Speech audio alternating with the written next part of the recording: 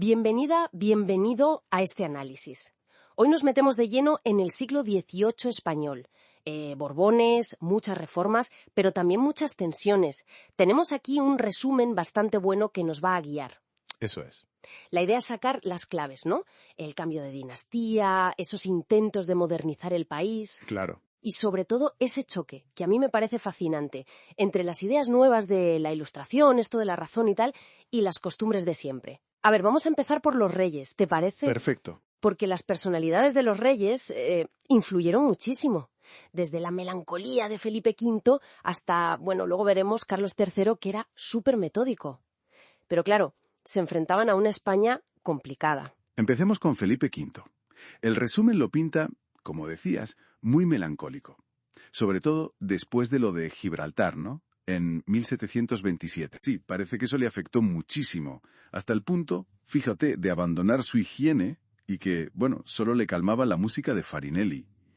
Que tuvo que irse a Sevilla, el pobre músico. Es curioso, porque esa imagen choca con la otra cara que mencionan las fuentes.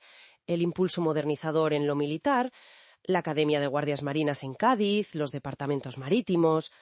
¿Cómo casa eso con su ánimo? Y sobre todo, con que acabara con la hacienda en quiebra. Pues esa es la gran paradoja de Felipe V. Yo lo llamaría el modernizador melancólico. Impulsó cambios estructurales muy serios, ¿eh? En la marina, en el ejército. Quería un Estado más fuerte. Vale. Pero chocó con dos cosas enormes. Una, la corrupción, que bueno, era tremenda. Se desviaba muchísimo dinero. Ya. Y dos, que a la gente de a pie, pues estas guerras de nobles, como se decía, le importaban bastante poco.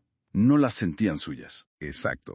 Y al final, pues eso muere en 1746 y la hacienda estaba, bajo mínimos. Y le sigue Fernando VI. Las notas que tenemos lo describen como más bien pasivo, tímido y muy influido por su mujer, Bárbara de Braganza. Sí, Bárbara de Braganza tuvo un papel político muy importante, ¿eh? Hay bastante consenso en eso. Fue un reinado de transición, una especie de pausa. En gran medida sí. Se le considera un interludio. Parece que ambos estaban más, volcados en los placeres de la corte, la música, la ópera. Y España, pues, perdió bastante peso en Europa en esos años. Y también tuvo problemas de salud mental, ¿no? Como su padre. Sí, también. Y se agravaron mucho al final. Tras morir Bárbara en 1758, él murió apenas un año después, en el 59. Y esa frase que dicen que dijo al final que su vida había sido una comedia, pues es muy reveladora. Describe bien esa sensación de parálisis, sí. Dejó el camino, preparado para el siguiente. Y ahí entra Carlos III. Que también tenía sus peculiaridades personales, ¿eh? Dicen que no le gustaba leer ni la música. Curioso, ¿verdad? Después de sus padres. Pero metódico. Y con ganas de aplicar las ideas ilustradas. Aquí es donde la cosa se pone interesante, ¿no? El intento real de llevar la Ilustración a la práctica. Sí, pero lo interesante no es tanto qué intentó hacer, que también, sino cómo reaccionó la sociedad, porque ese intento de modernizar desde arriba, pues chocó de frente con la gente. Claro, había una brecha enorme entre lo que pensaban las élites ilustradas y lo que vivía y sentía el pueblo. Y hay un momento que lo escenifica perfectamente. El motín de Esquilache, 1766. El resumen lo pone como ejemplo clave. La chispa fue lo de prohibir las capas largas y los sombreros de ala ancha en Madrid. Pero, ¿de verdad fue una revuelta por la moda? Hombre, fue la gota que colmó el vaso, digamos, pero el cabreo venía de mucho antes. ¿Ah, sí? ¿Por qué? Pues mira, había subido el precio del pan, que eso siempre es delicado. Había una sensación de que el gobierno se metía demasiado en la vida de la gente. Y, muy importante, un rechazo fuerte a los extranjeros en el poder, como Esquilache, que era italiano. Entiendo. O sea, la ropa fue el detonante perfecto. Exacto. La gente salió a la calle masivamente.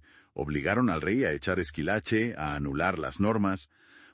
Una demostración de fuerza popular tremenda. Ahí se vieron los límites del rey. Y esa tensión entre el poder y otros estamentos no paró ahí, porque poco después, en el 67, otra decisión muy fuerte, la expulsión de los jesuitas. Sí, es que el motín dejó claro que había tensiones latentes muy fuertes. Y los jesuitas, se les veía como un poder dentro del poder. ¿Por qué? Tenían muchísima influencia, sobre todo en la educación de las élites. Tenían una red internacional enorme. y sus lealtades pues a veces chocaban con la idea de un poder real absoluto que querían los Borbones. Incluso se les llegó a acusar, sin pruebas claras, de estar detrás del motín. Vaya. Su expulsión fue un golpe de autoridad del rey, pero dejó un vacío muy grande en la educación y la cultura, y abre el debate, claro, sobre el papel del Estado frente a la Iglesia. El resumen también menciona a Pablo de Olavide, un ilustrado importante, reformista en Andalucía, y acaba procesado por la Inquisición en 1776. Otro ejemplo perfecto de esa lucha. Olavide era el prototipo de ilustrado que intentaba cambiar las cosas, modernizar, y se topó con las fuerzas más conservadoras. La Inquisición seguía teniendo mucho poder. Y un detalle que a veces se olvida de Carlos III, su apoyo a la independencia de las colonias británicas en América. Sí, eso es interesante. Lo hizo para debilitar a Gran Bretaña, su gran rival. Pero claro, sin quererlo, estaba sentando un precedente. Claro, de rebelión colonial. Exacto. Que unas décadas más tarde se le volvería en contra a la propia España. Ironías de la historia. Entonces, si intentamos resumir este siglo XVIII español con lo que hemos visto, es como un pulso constante, ¿no? Totalmente. Un intento de modernización borbónica que choca con una sociedad muy tradicional.